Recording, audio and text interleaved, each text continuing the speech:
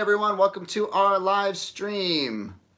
Just a second here. I'm gonna mute my laptop so we don't have any feedback. But hi everybody, welcome to the stream. I already have some great questions happening in the chat. I want to say hi to Dennis. Hi Dennis. Hey, how you doing, Steve? Doing great. As always, Dennis is here on the line, kind of helping us answer some of your questions. And we also have some friends in the chat room helping us out with our chat. Just a reminder, when you're participating in our chat, we'd love to hear from you guys. Just make sure you follow our rules of just always be nice to everyone in the chat. And remember not to spam, which means don't ask your question over and over again, okay? So thank you everyone for being here. I want to tell you and all you guys out there, and Dennis, I had a really busy weekend. Dennis, Friday night I took my high school jazz band to a jazz festival. Wow. Yeah. Which one? We went to Unionville High School, which is about, geez, I guess maybe it's about 15 miles or so from Garnet Valley. Yeah. But we went to Unionville High School. It was great. We saw a lot of great bands. We performed. And we stayed, it went kind of late. We stayed until about 10:30. Yeah, I think the awards were over at 10:45.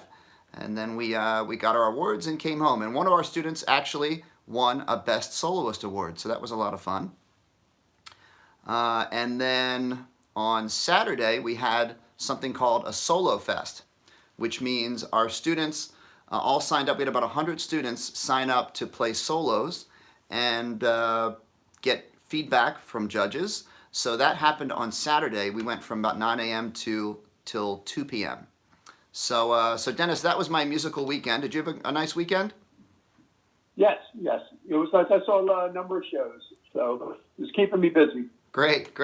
So we're going to jump right into here to some questions. We had a great question here from our friend Mike Hamilton, and so Mike Hamilton is asking, why is a saxophone sometimes called a transposing instrument? Speaking of saxophone, I'm going to take my neck strap off for a minute. Why is saxophone sometimes called a transposing instrument? Okay, so a saxophone is a transposing instrument, which means when you're playing the saxophone, for example, let's take alto sax. Here's my alto sax. Does anyone know? Yes, Alyssa, it was like solo and ensemble. That's what we had. We call it Solo Fest. Does anyone know when you play a G on the saxophone, does anyone know what note is actually coming out of the saxophone? What piano note is coming out? Who can get the answer to that one? So when I play a G on the alto sax, so Pete Hall got the right answer. When you play a G on the alto sax, what's actually coming out is a piano B flat. So here's my G, and here is piano. That's a B flat on my piano. It's a G on the alto sax. So that's why we call it a transposing instrument. Tenor sax also transposes. Clarinet transposes, a lot of different instruments. Now, I think there was another question. Mike had another good question here. In a sax quartet, what is the lead instrument? That would be usually a soprano sax or an alto sax. So we're going to answer some more questions, but I want to give a couple of shout outs to some friends who are here. Of course, Mike is here and Pete Hall. And I want to say hello to Francesco, who is one of our regular viewers. So ciao Francesco and Allison and Jason Nguyen. Benjamin Delone wants to know if I have a tenor sax. Yes, I do. So Benjamin, would you like me to play anything in particular on the tenor sax or ask me a tenor sax question? Azaria is here and plays the flute. And who else is here? I'm going to do a couple more shout outs. Ravenclaw is here. Ravenclaw says that I should be doing homework, but instead we're watching my live stream. So thank you for that, but make sure you get your homework done before tomorrow. Okay, so Dennis, could you read us one of the questions that you've highlighted for us today? Okay, Jason, how do you circular breathe? Okay, Good question. How about I show you on tenor sax, okay? Because Benjamin has been asking for tenor sax. So, how to circular breathe. Okay, I get this question a lot, and this is a fun thing to work on. Here's the quick circular breathing lesson. You guys ready? All right, do this with me. Some of you who have seen this before might already know the steps. Circular breathing, okay? First, fill your cheeks with air. And what I want you to do is while your cheeks are filled with air, I want you to practice breathing in through your nose, breathing in and out like this. Looks kind of silly, right? So cheeks full of air, you breathe in and out through your nose. Now we have to practice keeping our cheeks full of air and then pushing the air in your cheeks out onto your hand like this. Almost like you're spitting out water that's, if you're holding water in your cheeks and you're going to spit it out. So the trick with circular breathing is you fill your cheeks with air. I know it looks kind of silly, right? Horse Craver says I look mad doing that. You fill your cheeks with air, and while you're playing your note, you breathe in through your nose. Meanwhile, you use your air in your cheeks to sustain the note and then reconnect it. So it's kind of tricky. Here we go. I'll try it on tenor sax. My reed is a little bit funky. Okay, here's my tenor sax. You're going to see me fill my cheeks with air and then breathe. You'll hear me kind of sniff like I'm breathing air through my nose, but I'm going to keep the note steady, I hope. Here we go.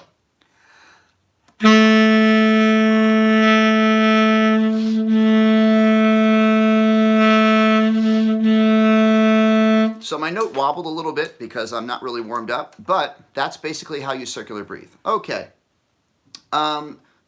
Dennis, would you mind reading another question that we've highlighted? Okay, yes, there's one up here. Ravenclaw, what made you start band, plus how hard is it to switch from normal clarinet to bass clarinet? Okay, Ravenclaw asked, what made me join band? Was that it, Dennis? Yeah. What Yes. made me join band? I actually don't even really remember why I joined band. My mom is here. And do you remember why I joined band? No. No, I just had some friends who were in the band.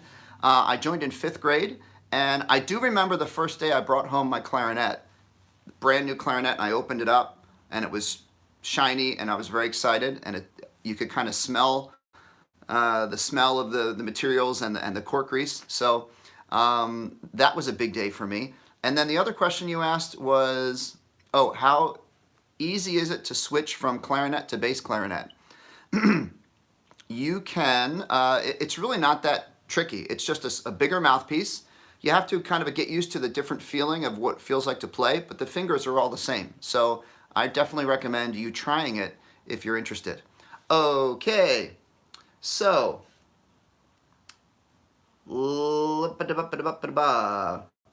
Dennis, I haven't really been following the chat. Can you throw me another question? Sure. Vaughn Savage Official, how do you know what key I'm playing on my trumpet on the keyboard? Is there a trick or something to help? Okay, wait. How do you know what key I'm playing my trumpet with the keyboard? Yes, Something like that. I think probably, and do you remember who that was, Dennis, that asked that? I do. It's Vaughn Savage Official. Vaughn Savage Official. Okay, so yeah, I see, Vaughn, you also asked another question. Do I teach about the trumpet? Yes, I do. I have a couple of trumpet videos, and I have a friend, Mr. Walton, who does some trumpet videos for me, okay? So I think, Vaughn, the question you're asking is when you're playing a song on the trumpet, again, this goes back to Mike's question about transposing instruments. So a trumpet is a transposing instrument. It's the same key as clarinet and tenor sax. We say it's in the key of B flat. So what that means is when you play, here's my trumpet. When you play let's say a C on the trumpet, so I'm playing a C, no fingers, on the trumpet. What's actually coming out is a B flat on the piano. That's why it's called a B flat instrument. When I play a C on the trumpet, what's coming out is a B flat on the piano. That's why it's called a B flat trumpet. So whenever you're playing with a keyboard player, they would have to play the same thing you're playing, but down a whole step, which is 2 half steps. So if you're playing a D major scale, piano has to play a C major scale. If you're playing an F major scale, piano has to play an E flat major scale. That's how we have to line that up. Okay. So I saw, let's see, who was checking in? Oh, Allison Weaver. Allison Weaver, what was your question? Can you say your question again? Oh, here it is.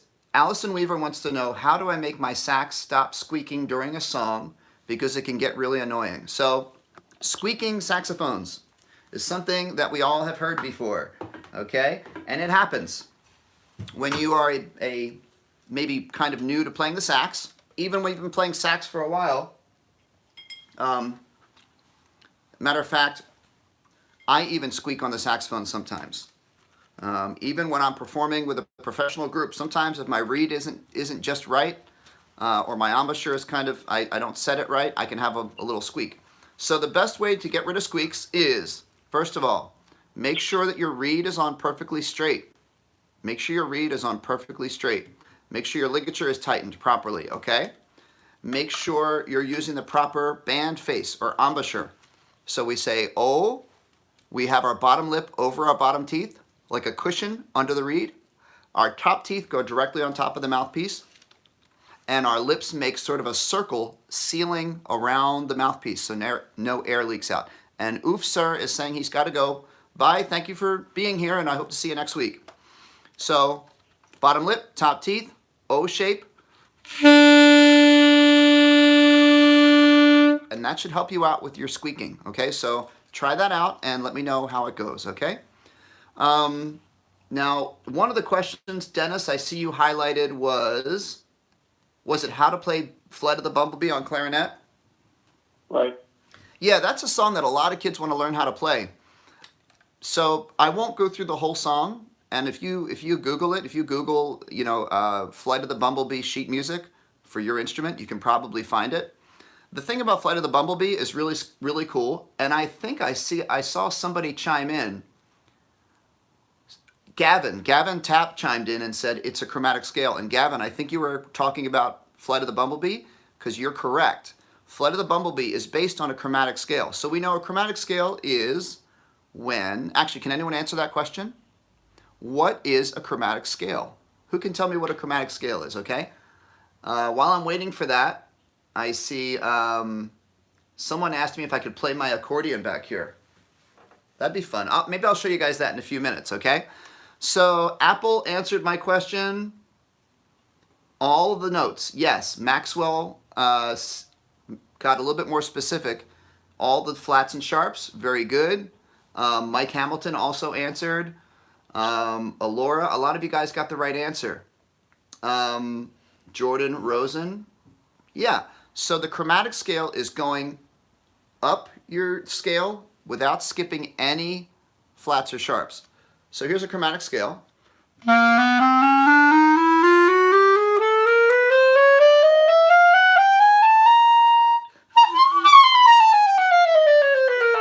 So Flight of the Bumblebee is based on the chromatic scale.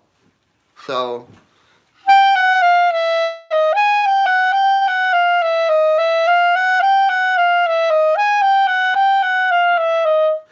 if you look it up or Google it, you got to work it very slowly and make sure you know your chromatic scale. Okay. Dennis, would you mind sharing another question? Yes, Joe Kelvin says, since you have your clarinet out, please show me E flat. Okay. Since I have my clarinet, can I please show an E flat on clarinet? Easy. I'll show you. Right. There's 3 of them, okay? Here's the first one in the low register. It's thumb 1, 2. It's a D plus this side key.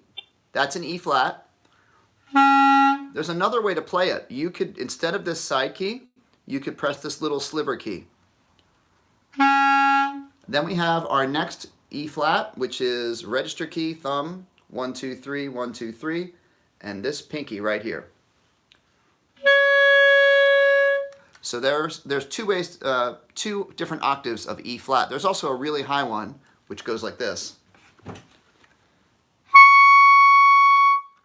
So there you go. That's E flat. I hope it didn't hurt your ears with that one. Okay. Oh, Jane Celia VJ is asking, can I teach the notes for the alto sax? So Jane, you should check out one of my recent videos. I actually went through all of the notes on the clarinet, on the saxophone, from the bottom to the top. I did the whole chromatic scale on alto sax, and I show you the fingering for each one. So check out that video. Okay, let's see here. Mike, I'll take another question from Mike, one of our loyal viewers, and with great questions. Mike Hamilton is asking, is the register key the same as the octave key on the saxophone? And remind me, I've been getting requests to play my accordion. Okay, so I'm going to play this in just a minute. Matter of fact, let me get it. Here we go. I'm going to play this for you in a minute, guys, okay? So the clarinet has a key, this, called the register key.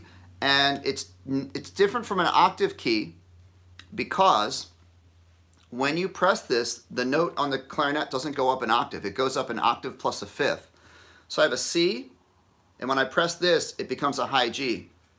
Now on a saxophone, it's an octave key because when you press it, the note goes up an octave, G to G. So there we go, that's the answer. So now I have this instrument right here, guys. And what's interesting about this is, you know, when you guys see this instrument, most people call it an accordion, right? This is actually a type of accordion. It's called a concertina because an accordion, does anyone know why it's not technically an accordion? There's a reason. I'll play it for you. Does that sound cool?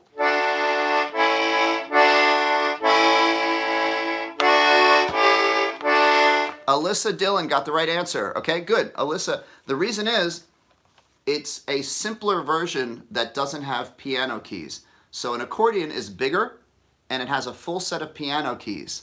Okay, so here's I think I can do a scale. Wait. I don't really practice this. Okay, here we go. We have to start this way.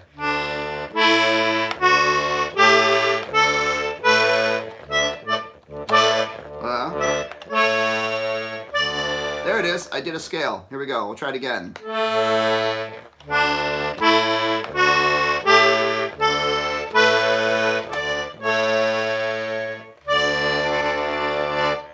that kind of cool? This concertina is actually a family heirloom. This came from Italy with my grandmom's, was it Pop? Yes. Okay, so my grandmother's father brought this over from Italy. It's that old. That's a long time ago. That's like 1917. Okay. All right, so Dennis, would you mind jumping in with another question? Yeah. Elias, my flute keeps on playing the octave down on some notes. Okay, that's so annoying. Yep, that's a great question. Okay. The thing about, we just got done talking about octave keys on clarinet. I'm sorry, the register key on the clarinet and the octave key on the saxophone. The flute doesn't have an octave key, okay? So in order to play your high notes and your low notes, it's all done with your lips, okay? So when you're playing your lower sound on the flute, I'll do a B flat. Alyssa, that's good. There's another part to it, Alyssa. In addition to the fast airstream, there's something else. Do you know what it is? I've talked about it a few times. So you play your B flat. And what we do to get the higher sound, does anyone know, by the way? Jason Nguyen, you are on the right track. There's a more exact way of saying it. Does anyone know how we're going to get our high notes on our flute? What do you have to do here? Alyssa, yeah, it's not quite curling your lip. I wouldn't say that. What you do is, okay, Jalea's got to go. See you later. What you actually do is you actually make the air hole good. Kevin Tay got it. You make the aperture, which is the opening of your lips, a little smaller. It's like focusing a camera or focusing, I don't know, like if you had one of those hoses and you tighten it and the air stream, the water goes faster. That's what you're doing with your lips. Make the air hole smaller and push them a little forward, and you have this.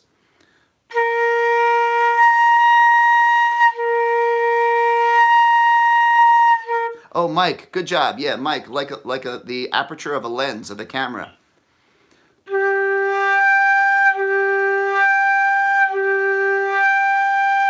Okay, so Dennis, I know the chat is going by and I'm not getting all the questions. Could you throw me another highlighted question? Yep. Yeah.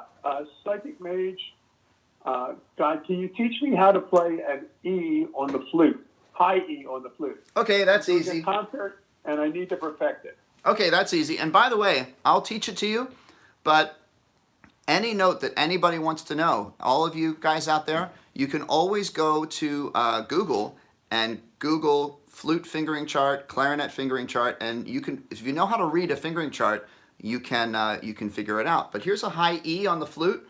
Okay, we're going to do our thumb, 1, 2, 1, 2. Oh, someone is speaking French. I don't speak French. I wish I did. So there's our high E, right? Okay, so thumb, 1, 2, 1, 2, pinky. And you can check it by playing your lower E like this. And see if it sounds the same. And actually, you guys, I was telling you about the video I just did with all the saxophone notes. I have a video, it should be done this week, I hope, where we have all of the notes on the flute, okay? Oh, thank you, someone is translating for me. Someone is saying in French that I am very, very interesting. Thank you. Dennis, is that a good thing or a bad thing? Do you know? Yeah. I got it. Joe Coleman. Okay. I forgot what the biggest sax is, but does the alto and the bigger sax have a 1 octave difference? Yes. So that's a good question. The alto sax and baritone sax are in the same key. If you were able, you know how the saxophone is curved like this? If you were able to straighten out the saxophone so it was straight, and you put a straight alto next to a straight baritone sax, the baritone sax would be twice as long. It would be really long. And so it is an octave lower. Okay. Doggy Donnie, can I play the up theme on clarinet? I don't know that, but I know a lot of people like that song. It's a really nice song. So I will try to learn that. Kenneth Gluck, whatever happened to the baritone tutorial video? Yeah, I have a lot of videos that are on my list to do. So Kenneth, I'm sorry I haven't gotten to another baritone sax video, but if you have been on my channel, I do have a couple bari sax videos if you haven't seen them. I've got a special one with my saxophone teacher, Dennis de Blasio, who plays baritone sax. So I invite you to check that out. Okay, so I have a request to play soprano sax. I will do that right now. What would you guys like me to play on soprano sax? You guys have any requests? Allison Weaver has a good question. Okay, can you, what is it? My mom is telling me that Allison Weaver has a really good question. So can you read, what question is it? I got it. Oh, Dennis has it. Go ahead, Dennis. How do I stop having to write the letter notes?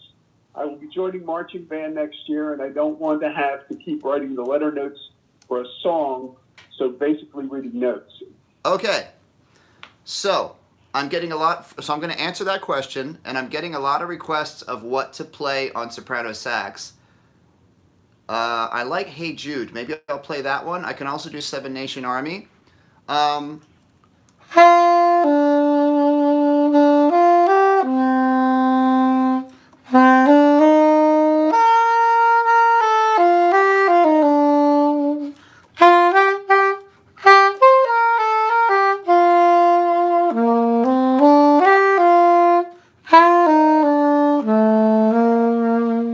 some of Hey Jude. Let me answer the question about writing in notes. So Allison, yes. So, all right, here's the little lesson I give talking about reading notes. So you guys know there's 5 lines and 4 spaces, right? So I use what's called the hand staff. So you have 5 fingers. There's 5 lines of music. 1, 2, 3, 4, 5, and then we have our spaces in between. So a lot of teachers will teach you to memorize your treble clef. Do you guys remember the tricks for remembering the lines? E, G, B, D, F, right? We talk about that sometimes. Some people say every good boy does fine. Some people say elephants got big dirty feet. Some people say empty garbage before dad flips. I like that one. So E, G, B, D, F, and in the space F, A, C, E. Now, Allison, here's the secret, right? Sometimes that can be confusing, right? To remember all those lines and spaces. All you have to remember is one. Like, here's E, okay? And then if you remember that, I don't know if you realize this, but as you go up, line, space, line, space, line, space, it just goes up the alphabet, okay? E, F, G. And what happens after G in the musical alphabet? What happens after G in the musical alphabet? Goes back to the beginning. Goes back to A, right? So E, F, G, A, B, C, D, E, F. So that hopefully might help you start to learn your notes. So just keep practicing, and it just takes some practice and you'll get it. Eventually, it's like learning a language. Speaking of French, I don't speak French. It's like learning a language. You have to do it over and over again, and eventually your brain catches on and it becomes just something that you know. Okay. Oh, I'm going to play something else on soprano sax. I said I would play Seven Nation Army. Let's see. A couple people are asking for Seven Nation Army. Okay. That one's easy.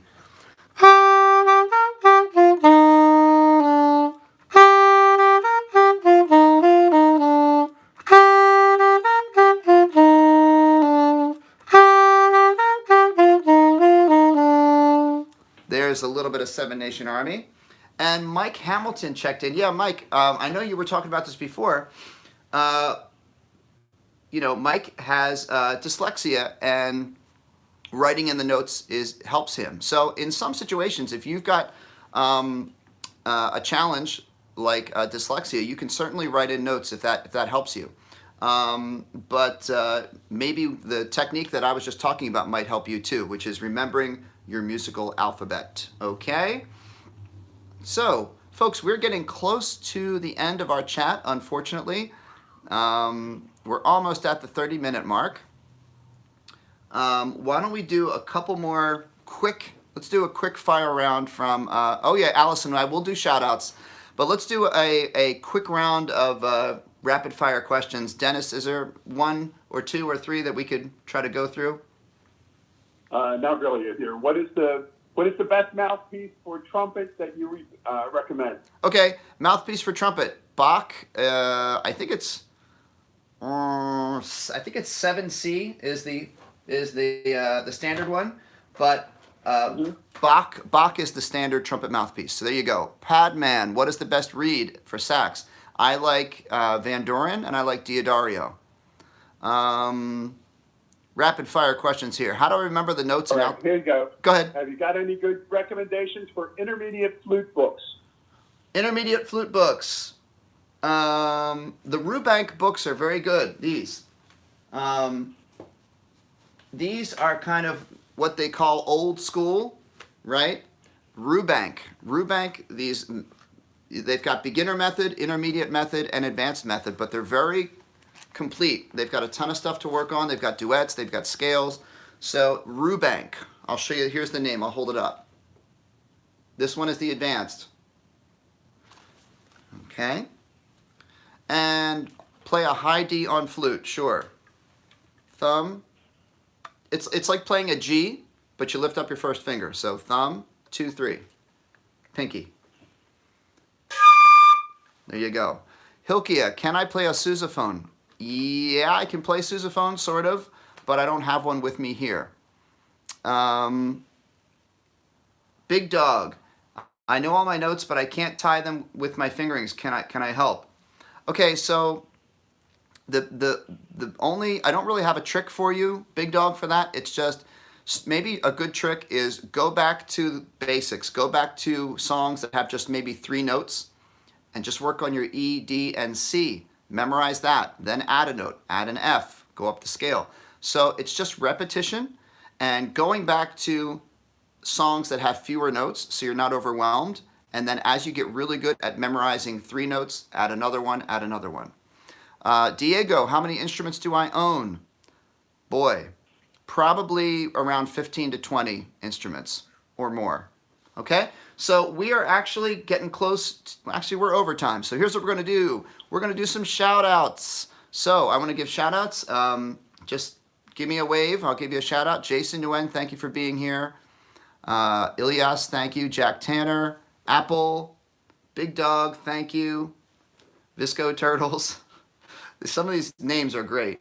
Mike Hamilton, hi Mike.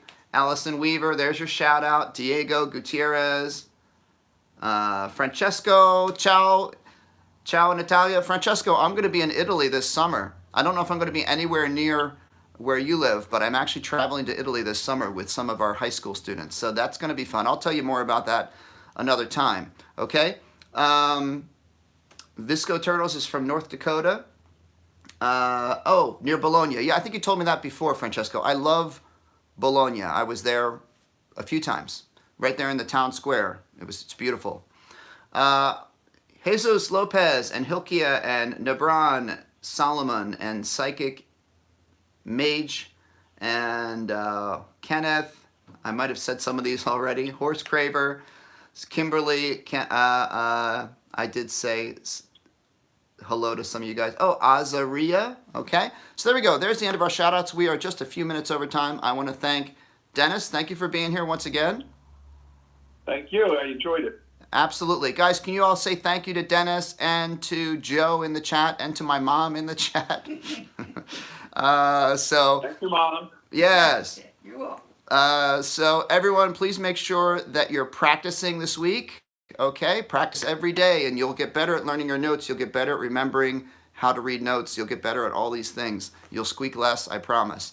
So until next time, next week on the live stream at 5 o'clock, make sure you practice and have a lot of fun, you guys.